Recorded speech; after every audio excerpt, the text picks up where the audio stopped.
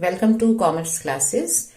और आज हमारा टॉपिक है adjustment for revaluation of assets and reassessment of liabilities. जैसे जब भी कोई नया पार्टनर का एडमिशन होता है फर्म में, उस टाइम ये जरूरी हो जाता है कि फर्म अपनी एसेट्स और लाइबिलिटीज को रीअसेस कर ले, उनको रीवैल्यू कर ले, सो दैट जो नया पार्टनर है उसको कोई अनड्यू एडवांटेज या लॉस ना हो। जैसे मान लो आपने इन्वेस्टमेंट की हुई है किसी कंपनी के शेयर्स में, अब शेयर के प्राइसेस आपके कम ज्यादा होते रहते हैं। सो लेटर ऑन मान लो शेयर प्राइसेस गिर गए, ठीक है, कम हो गए, नुकसान हो गया फर्म को। So new partner can say कि ये इन्वेस्टमेंट तो पहले की थी, ठीक है ना, मैंने जब एडमिशन लिया, जब मैं इस फर्म में आया तो इन्वेस्टमेंट तो पहले से थी, सो मुझे ये लॉस क्यों मिल रहा है, इजंट इट। इसलिए ये जरूरी है कि जिस डेट को नए पार्टनर का एडमिशन हो, उस डेट को फर्म अपनी एसेट्स और लाइबिलिटी पोजीशन रीअसेस कर ले, ताकि जो नया पार्टनर आ रहा है उसको एसेट्स और लाइबिलिटीज उस वैल्यू पर मिले जो एग्जैक्टली है। So we go for revaluation of assets, reassessment of liabilities, और इसमें एक और कंपोनेंट आ जाता है अनरिकॉर्डेड एसेट्स एंड लाइबिलिटीज।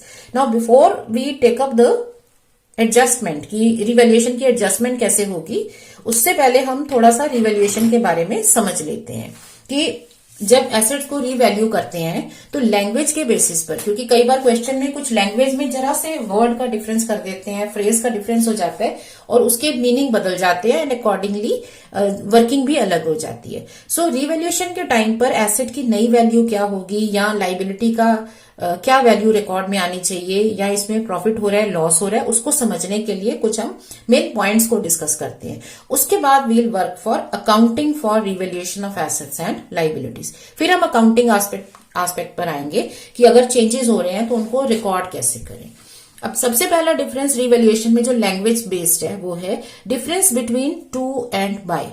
जो हमारी रिवैल्यूएशन की जो सेंटेंस दे रखा है उसमें टू और बाय से वैल्यूज बदल जाती हैं। फॉर एग्जाम्पल, अगर हमें ये दे रखा हो कि से plant in books is at 50,000, books में प्लांट कितने पर है, 50,000। Okay, the value of plant is increased to 60,000। अब इसका क्या मतलब हुआ कि बुक्स में इतना है, बुक्स का मतलब होता है बैलेंस शीट, तो बैलेंस शीट में 50,000 पर है, पर उसकी वैल्यू बढ़ा के कितनी हो गई, इंक्रीज्ड टू 60। तो टू का मतलब होता है यहां तक, मतलब 50 से वैल्यू बढ़ा के कितनी कर दी, 60। सो जब भी टू दे रखा होता है तो टू के बाद हमें हमेशा न्यू वैल्यू दी होती है कि ये नई वैल्यू है, 50 है, अब बढ़ा के 60 कर दिया, तो जो डिफरेंस है वो हो जाएगा प्रॉफिट और लॉस। सो डिफरेंस को हम प्रॉफिट भी कह सकते हैं, लॉस भी कह सकते हैं, डिपेंडिंग अपॉन की इंक्रीज है या रिडक्शन है। अब वैल्यू बढ़ी है तो आपके पास प्रॉफिट ऑन वैल्यूएशन आ गया 10,000, डिफरेंस 10,000। लाइकवाइज अगर आपको ये दे दें stock appearing in balance sheet at say 20,000 is reduced to 12,000।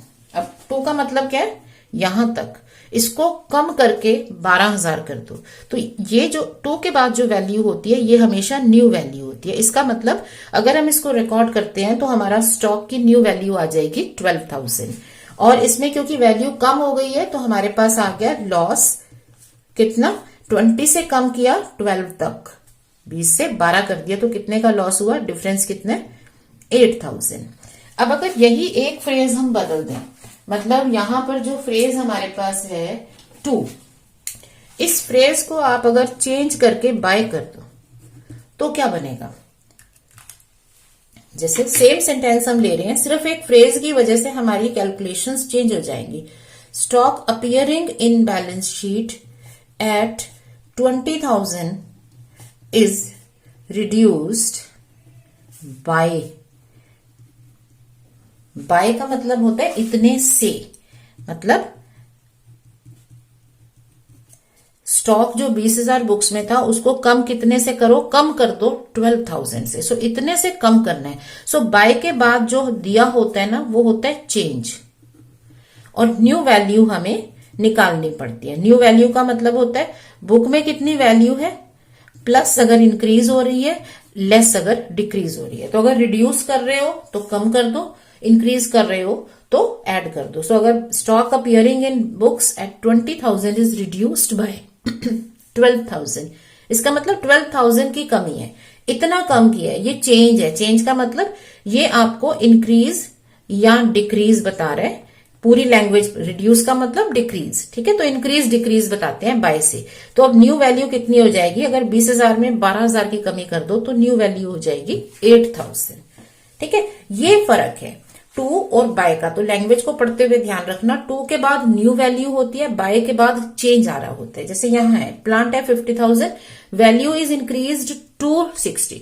To का मतलब बढ़ा के नई वैल्यू 60 कर दी, तो कितना चेंज किया, 50 से 60, 10,000 का चेंज किया।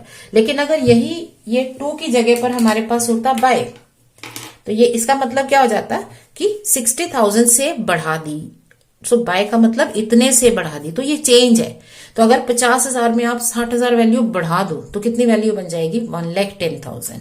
सो टू और बाय का ध्यान रखो, टू के बाद हमेशा नई वैल्यू होती है। सो चेंज हमें प्रॉफिट और लॉस जो है वो डिफरेंस से पता चलता है, और बाय में चेंज बताया गया कि इतना चेंज किया, तो नई वैल्यू फिर सॉल्व करनी पड़ती है।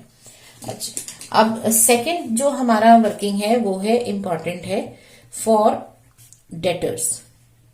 डेटर्स में कई बार हमारे पास कुछ एडजस्टमेंट्स दी होती हैं। फॉर एग्जाम्पल हमें गिवन है, सपोज डेटर्स आपके पास हैं 50,000 के, और आपने प्रोविजन क्रिएट किया हुआ है, प्रोविजन फॉर बैड डेट्स आपके पास है से 5,000 का, ठीक है। ये बुक्स में है।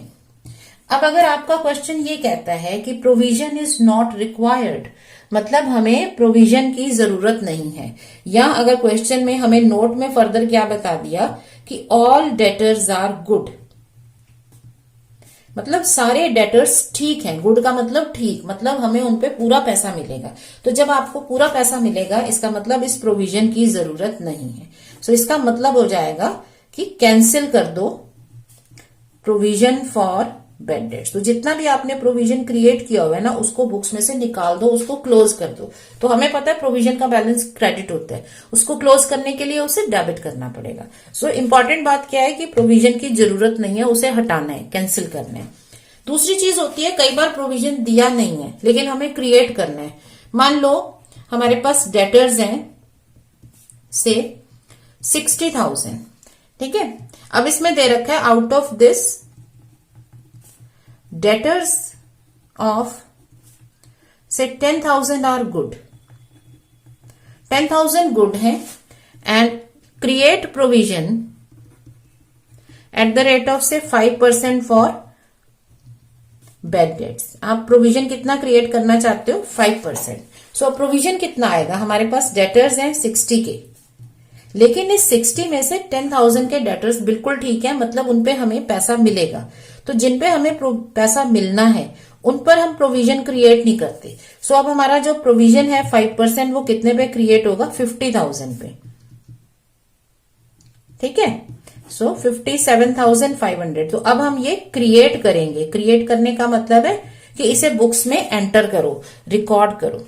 सो रिकॉर्ड करने के लिए हमें क्या याद रखना है, नंबर 1, अगर हमारे कोई गुड डेटर्स हैं तो उन पर प्रोविजन नहीं बनाए जाते हैं, क्योंकि प्रोविजन का मतलब क्या होता है, provision for bad and doubtful debts का मतलब है कि आपको डाउट्स है कि हमें पैसा नहीं मिलेगा, तो इसलिए आप उसका प्रोविजन क्रिएट कर लेते हो। तो जिसके बारे में बिल्कुल डाउट नहीं है उस पर कोई प्रोविजन नहीं होता।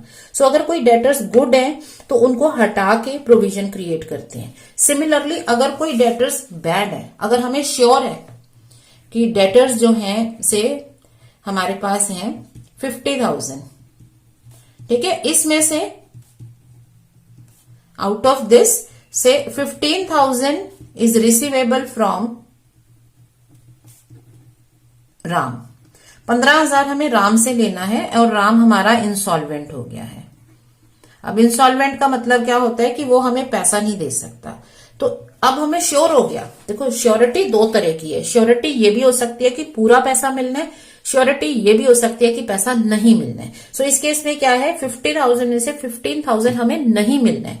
सो इसमें हम क्या करेंगे, अब हमारे जो डेटर्स हैं 50,000, सो पहले हम इसमें से बैड डेट्स जो हमें क्लियर है कि हैं वो कैंसिल कर दो। तो हमारे पास एक्चुअली जो डेटर्स हैं वो बचे 35,000 के।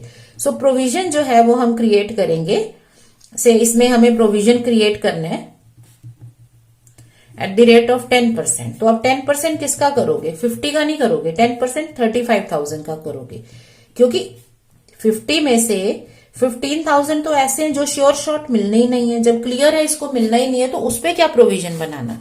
प्रोविजन का मतलब होता है कि टेम्परेरी अरेंजमेंट कर रहे हैं कि शायद हमें नुकसान हो जाए, हम उसके लिए पहले से प्रोवाइड कर लेते हैं। अभी एक लॉस थोड़ा सा लिख लेते हैं कि हो सकता है ये फ्यूचर में हो, तो प्रोवाइड करने को कहते हैं प्रोविजन बनाना। सो अगर हमारे पास बैड डेट्स हैं तो सीक्वेंस याद रखो।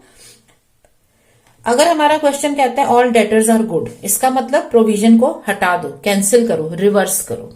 इफ योर क्वेश्चन सेज कि some debtors are good and some are there, जिसपे प्रोविजन बनाना है, तो गुड डेटर्स के प्रोविजन कंसिडर नहीं करते हैं क्योंकि ये गुड है, मतलब इन पे पैसा मिलेगा। और अगर कुछ डेटर्स श्योर शॉट बैड है कि वो नहीं मिलेगा तो उसको हम निकाल देते हैं, बैड डेट्स कैंसिल करके फिर प्रोविजन बनाते हैं। सो इसमें ये कभी कंफ्यूजन मत रखना कि ये 10,000 गुड वाले हमने माइनस नहीं किए, ये माइनस क्यों किए, क्योंकि ये गुड है मतलब मिलेगा पैसा, आज नहीं मिल रहा है बट कभी भी मिलेगा, तो वो आपके डेटर्स का पार्ट है, लेकिन प्रोविजन इन पे नहीं बनेगा क्योंकि ये आपके गुड डेटर्स हैं।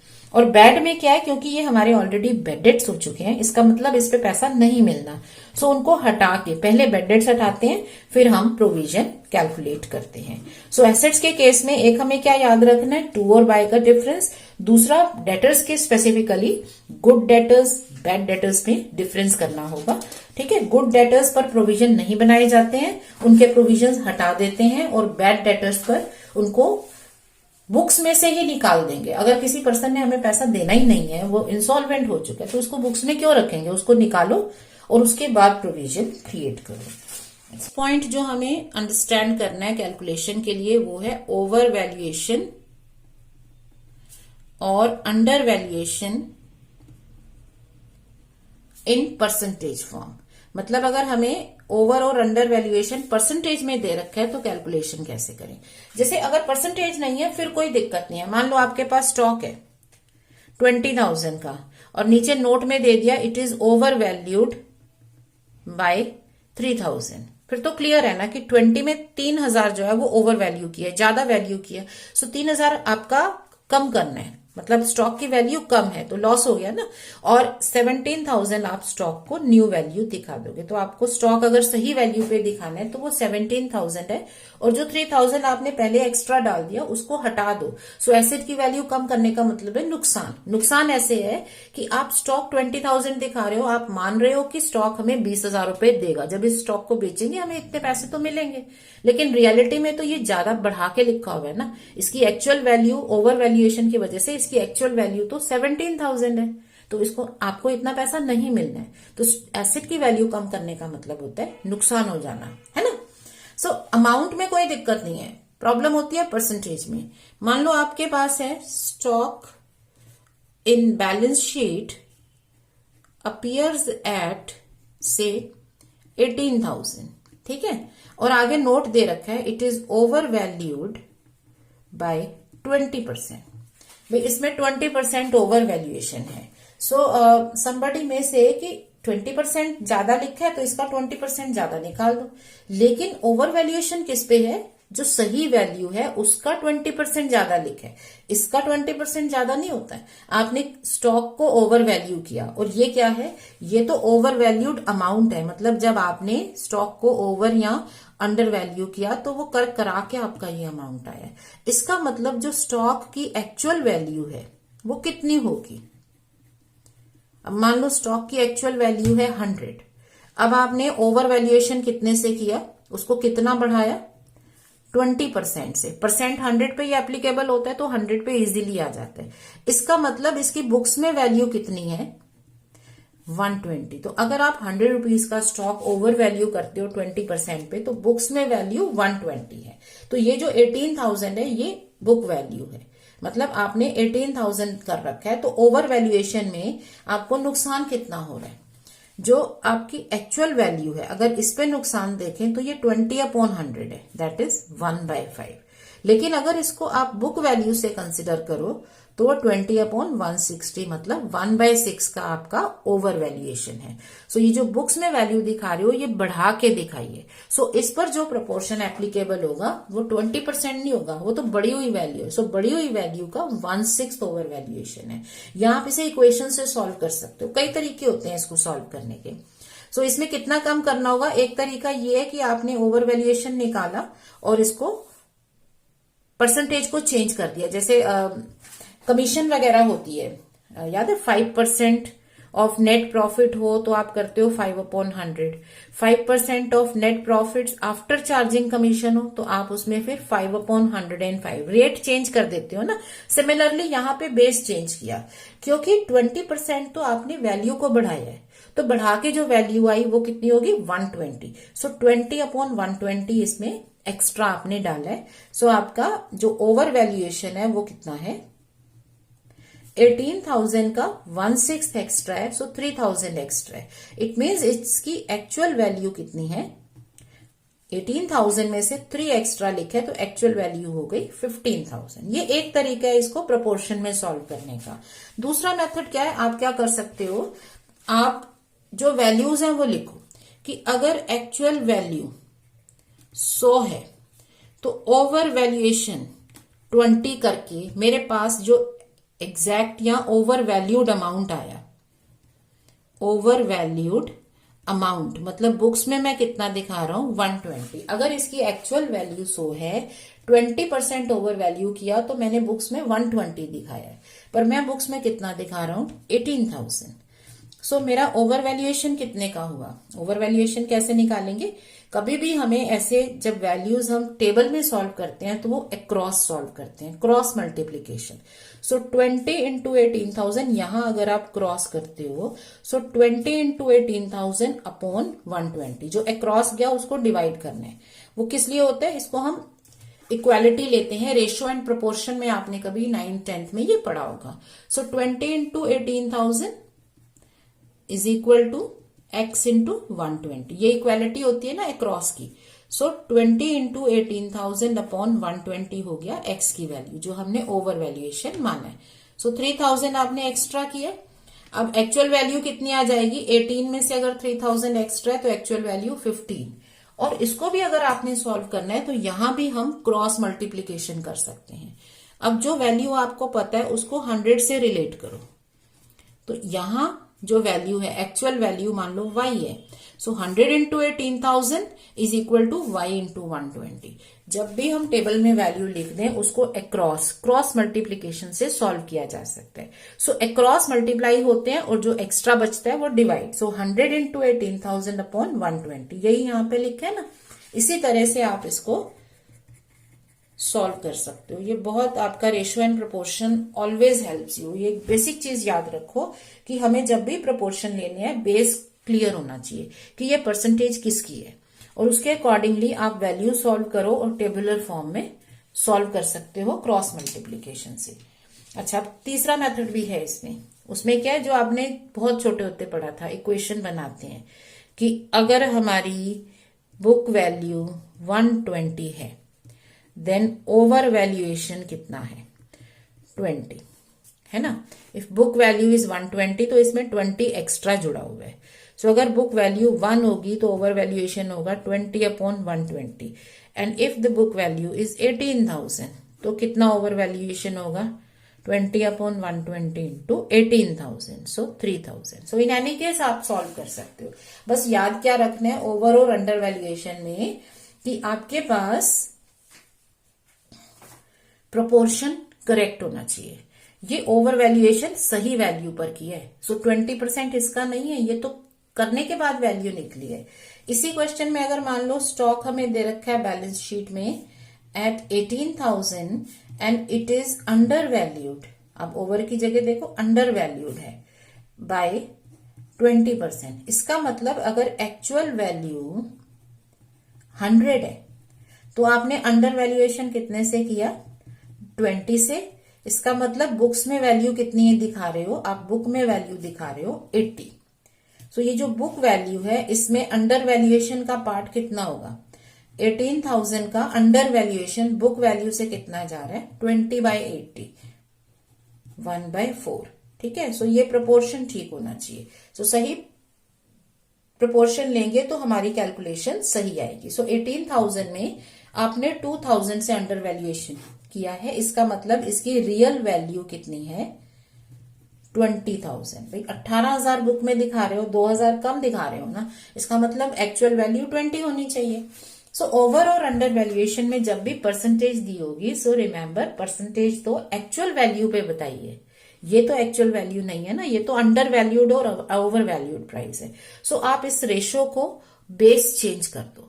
बेस कैसे चेंज करते हैं, अगर ये ओवर वैल्यूड है तो ओवर वैल्यूएशन के केस में हमारा बेस हो जाता है, क्योंकि वैल्यू बढ़ा के दिखा रहे हो तो रेट अपॉन 100 प्लस रेट, कि एक्चुअल वैल्यू बढ़ के आ रही है। और अंडर वैल्यूएशन के केस में क्या होगा कि आपने रेशो कम कर दी है, रेट कम किया है, तो 100 माइनस आर। सो अगर ये 20% है रेट, तो इसका आपका चेंज करके रेट हो गया 20/100 माइनस 20, और ओवर हो तो 20/100 प्लस 20। ठीक है ना, तो इस तरह से हम ओवर और अंडर वैल्यूएशंस को सॉल्व कर सकते हैं। इसके बाद हमारे पास है नेक्स्ट, क्या एडजस्टमेंट्स में हमें क्या ध्यान रखना है। नेक्स्ट हमारी एडजस्टमेंट है,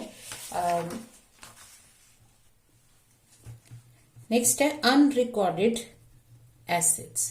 कई बार कुछ एसेट्स ऐसी होंगी जो हमारी बुक्स में अनरिकॉर्डेड हैं, तो उनको अब एंटर कराना है, बुक्स में लेके आना है। तो अनरिकॉर्डेड एसेट्स को हम डेबिट कर देते हैं, debited to recorded.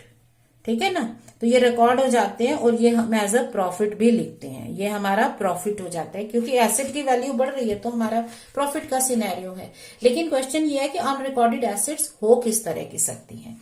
So unrecorded assets हमारी इस तरह से हो सकती हैं, जैसे कुछ हमारी एसेट्स हैं जो हमने कंप्लीटली राइट ऑफ कर दी हैं, एसेट्स कंप्लीटली रिटर्न ऑफ। जैसे आपने कोई मशीन खरीदी थी या कोई स्कूटर आपके बिजनेस में खरीदा गया था, सो आपने एस्टिमेट की उसकी लाइफ 5 साल, 5 साल में वो बुक्स में से निकल गया, लेकिन वो अभी भी अच्छे से रिपेयर और मेंटेन करा के आप उसको यूज कर पा रहे हो। सो वो एसेट कंप्लीटली रिटर्न ऑफ है, बुक्स में नहीं है, लेकिन क्योंकि एसेट तो है, सो उसे अनरिकॉर्डेड एसेट बोलेंगे। सो उसको बुक्स में रिकॉर्ड करेंगे, सो वो as an unrecorded asset debit होगी और हम उसे प्रॉफिट की तरह नोट करेंगे। दूसरी हमारी अनरिकॉर्डेड एसेट इस तरह से हो सकती है, जैसे हमारे प्रीपेड एक्सपेंसेस हैं, नॉट रिकॉर्डेड। मान लो आपने इंश्योरेंस पे किया, ठीक है, आपने 1,000 रुपीज इंश्योरेंस पे किया, आपने से जुलाई में इंश्योरेंस ली और पूरे ईयर का इंश्योरेंस पे कर दिया 1,000। सो आपने उसको प्रीपेड इंश्योरेंस को लिखा ही नहीं। अब जब आप इस टाइम पर एंट्री कर रहे हो तो आपको पता है कि इतना एक्सपेंडिचर हमारा प्रीपेड है, तो प्रीपेड एक्सपेंसेस क्या होते हैं, एसेट्स। सो इसको अब आपको रिकॉर्ड करना पड़ेगा बुक्स में, तो इन्हें बुक्स में लेके आएंगे और एज अ प्रॉफिट शो करेंगे। ठीक है, इसी तरह से हमारे पास हो सकती है कोई एक्रूड इनकम। एक्रूड इनकम मतलब कोई हमारी आउटस्टैंडिंग इनकम है। मान लो आपकी फर्म ने बैंक में एफडी कराया था से 1 अक्टूबर को, ठीक है, 1 लाख का 10% इंटरेस्ट है, तो आपको इस पे अब जब आपने 1 अप्रैल को बुक्स क्लोज की, दैट इज 6 मंथ्स लेटर, तो अब हमारे एफडी पे इंटरेस्ट तो हमें मिलेगा। जब 1 साल कंप्लीट होगा तो बैंक हमें इंटरेस्ट क्रेडिट कर देगा, तो हमने इंटरेस्ट लिखा ही नहीं। लेकिन इस डेट तक क्योंकि 6 मंथ्स बीत चुके हैं तो हमारा इंटरेस्ट तो ड्यू हो गया। अगर मैं आज की डेट में भी अपना एफडी बैंक के पास लेके जाऊंगी तो वो मुझे इंटरेस्ट देगा। सो इस डेट का हमारा जो एक्रूड इंटरेस्ट है, मतलब 1 लाख का 10% 6 मंथ्स के लिए, ठीक है ना। सो 5,000 मेरा एक्रूड इंटरेस्ट है, तो ये भी एसेट है, इसको भी रिकॉर्ड करना होगा। सो हमारी अनरिकॉर्डेड एसेट्स कई वजह से हो सकती हैं, या तो वो राइट ऑफ हो चुकी हैं, या वो प्रीपेड एक्सपेंसेस हैं जो हमने रिकॉर्ड नहीं किए, या आउटस्टैंडिंग इनकम्स हैं जो हमने रिकॉर्ड नहीं की हैं। सिमिलरली हमारे पास हो सकती हैं अनरिकॉर्डेड लाइबिलिटी। तो कोई लाइबिलिटी भी ऐसी हो सकती है जो अभी तक रिकॉर्ड नहीं की थी, तो अब उसको आपको लेके आना है। सो लाइबिलिटीज को हम क्रेडिट करते हैं, सो उनको क्रेडिट कर देंगे रिकॉर्ड करने के लिए, और ये हमारे बिजनेस के लिए हो जाएगा लॉस। जैसे मान लो आपके किसी एम्प्लॉय का काम करते हुए फैक्ट्री में एक्सीडेंट हो गया था, सो उसका कॉम्पनसेशन का क्लेम पेंडिंग चल रहा है। सो अभी तक क्योंकि फाइनल नहीं हुआ तो जरूरी नहीं है ना आप बुक्स में लिखो। सो उसको आपने रिकॉर्ड नहीं किया, बट आपको पता है कि इस पर ये हमारा लाइबिलिटी बन सकती है। सो जब नया पार्टनर आ रहा है उस टाइम पे आप अपनी जितनी भी लाइबिलिटीज हैं जो सर्टन है या अनसर्टन है उनको असेस कर लोगे। सो हो सकता है आपको लगता है कि आपका इस पे कॉम्पनसेशन पर 10,000 का आपको क्लेम देना पड़ सकता है। सो वो जो unrecorded liability that is claim for compensation, तो उसका प्रोविजन बनाना पड़ेगा, या मान लो लाइबिलिटी सेटल हो गई है सो आपको वो लाइबिलिटी पे करनी पड़ सकती है। ठीक है, सो लाइबिलिटीज हमारी किस तरह से हो सकती हैं, जो हमारी कंटिजेंट लाइबिलिटीज हैं वो आ जाएंगी, उनको बुक्स में रिकॉर्ड करोगे। कई बार हमारी ओमिटेड लाइबिलिटीज भी हो सकती हैं। कोई आप एंट्री करना भूल गए हो, मान लो स्टॉक खरीदा आपने, स्टॉक तो बिजनेस में ले आए, लिख दिया, आपके स्टॉक रजिस्टर में आ गया, लेकिन क्रेडिटर की एंट्री नहीं की, तो उसको रिकॉर्ड करना है। तो जो भी अनरिकॉर्डेड लाइबिलिटी है उसको जब बुक्स में लेके आओगे तो वो आपको क्रेडिट करके रिकॉर्ड करना है और बिजनेस का लॉस बनेगा। सो इस तरह से हमारे पास वैरायटी ऑफ रीजंस हो सकते हैं जिसकी वजह से हमारी एसेट्स एंड लाइबिलिटीज की असेसमेंट करनी पड़ सकती है। सो अंडरस्टैंडिंग आपकी क्लियर होनी चाहिए कि हमारी एसेट बढ़ रही है या कम हो रही है, या एक नई एसेट बुक्स में रिकॉर्ड करनी है या नई लाइबिलिटी रिकॉर्ड करनी है। सो उसके accordingly revaluation of assets and liabilities को एडजस्ट किया जाता है। सो जब हम रिवैल्यूएशन करते हैं सो कैलकुलेशन में कुछ पॉइंट्स को हमें याद रखना है। वंस वी नो कि इसमें इतना प्रॉफिट है, इतना लॉस है, या ये एसेट इंक्रीज हुई या ये लाइबिलिटी में चेंज आया, तो उसकी रिकॉर्डिंग करना इज नॉट एन इश्यू। ठीक है ना। रिकॉर्डिंग आपने कब सीखी थी, जब आपने change in profit sharing ratio सीखा था, उसमें भी रिकॉर्डिंग की है। सो रिकॉर्डिंग में इतनी दिक्कत नहीं आएगी, बट कैलकुलेशन ऑफ अमाउंट्स जो है वो बाय टाइम हम धीरे धीरे और केसेस इंक्लूड करते हैं, तो वो थोड़े से अंडरस्टैंडिंग की जरूरत है। सो आई होप ये पॉइंट्स आपको क्लियर है। So next time will be accounting for revaluation of assets and liabilities. So stay learning and practising, stay smiling. Thank you.